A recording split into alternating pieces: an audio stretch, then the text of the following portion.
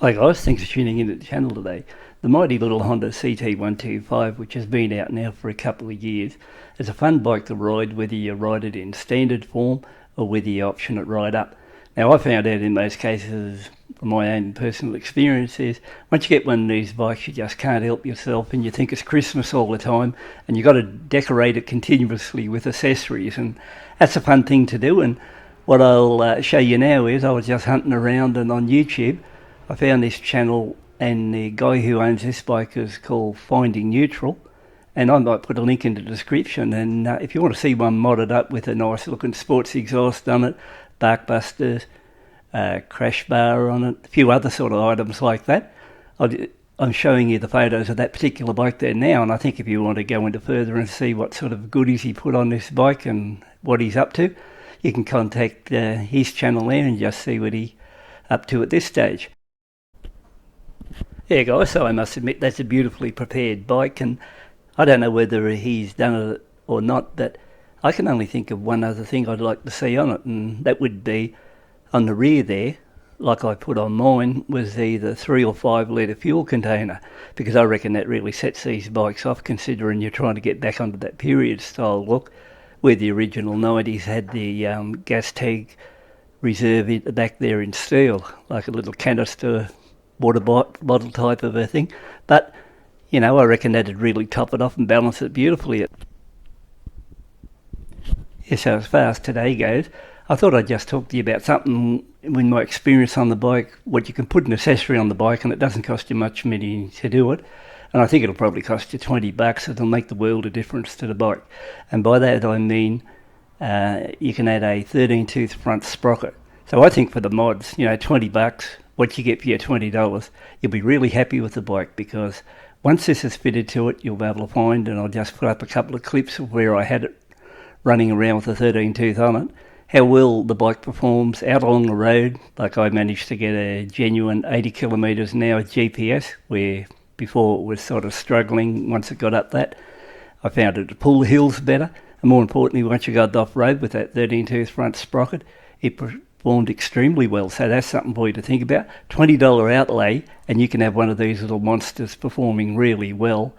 And it's just chalk and cheese the difference between stock and that 13 tooth front. Now there is a little bit of a drawback once you do the 13 tooth front sprocket. Your ABS, once the bike gets up high in the rev range, will sort of no longer function, and you'll probably get a warning light that the ABS isn't working.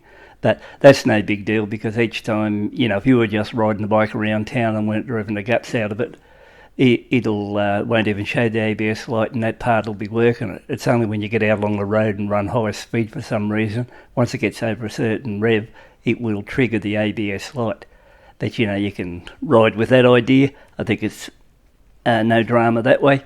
But if you want something that really performs, 13 tooth front sprocket, $20 right away, and take it out there, and believe me, like compared to how it would pull a hill stock and how it pulls it with a 13 tooth, it's just hard to believe how well the bike performs. So if you want to keep that in mind, and you know, be something for you to look at, not much of an outlay, good results, and it's not going to cost you $100, or should I say, it's not going to cost you hundreds of dollars to do it, and you'll be very pleased. So you can see it's fairly rough country I'm riding in now.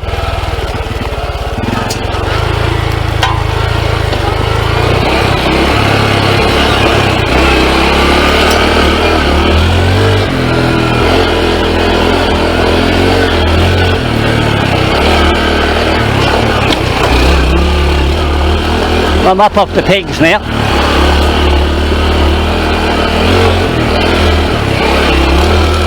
So it's really steep up along here. Look at this, running up here, no trouble at all. Really, really easy, this bike. Look at this.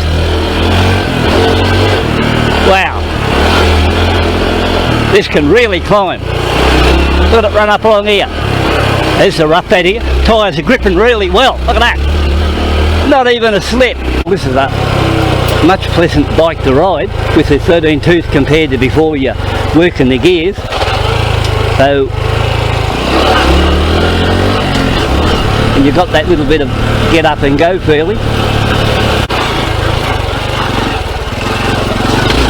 Now in really steep stuff, I go back to first gear, and look at that, climbs it really easy. Straight up here, look at that. Just hard to believe. Shannon's got some go. Oh, the first obstacle, straight over it. Back to first, and I'm off.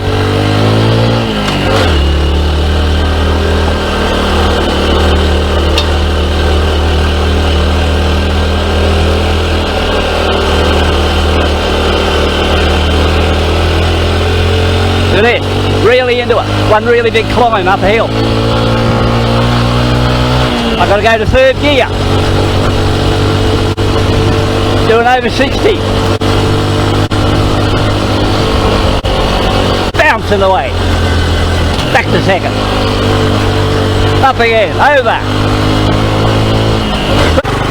I wonder what it's like in the tracks here.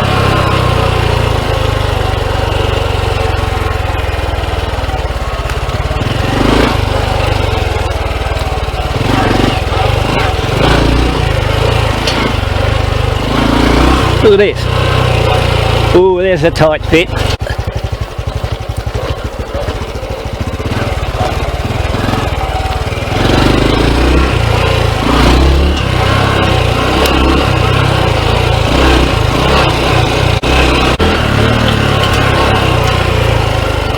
Might go back up in the pine trees, swing back around here, back to the track.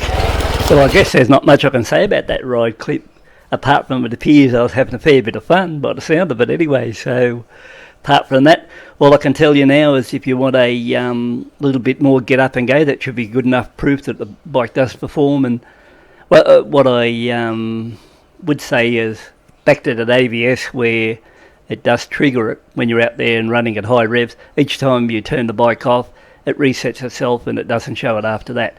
But as far as that goes, I'll leave a link now in the back part of this clip to show you where you can pick up one of those 13.2 sprockets or what number you're after and stuff like that. So hopefully you found this all right, this little bit I put together on it. I must admit, the CT125 is a fun little bike to ride around on. The only drawback is, in stock form, it's a bit down on power, but just for an outlay of $20, it can get you back on the road again and ride along as if, you know, you're really going well. And I did find after too, when I did it at GPS speed, I was able to run along and pull hills better at 80 kilometres an hour GPS compared to in stock form. You'd get to a hill at 80 or a small hill and you'd feel the bike drop 10 k's. So apart from that, I hope you found this helpful. If you liked what I put together for you on the CT125, because it is a mighty little bike, give it a thumbs up, that would be appreciated. And once again, thanks for tuning in, taking a look, and until next clip.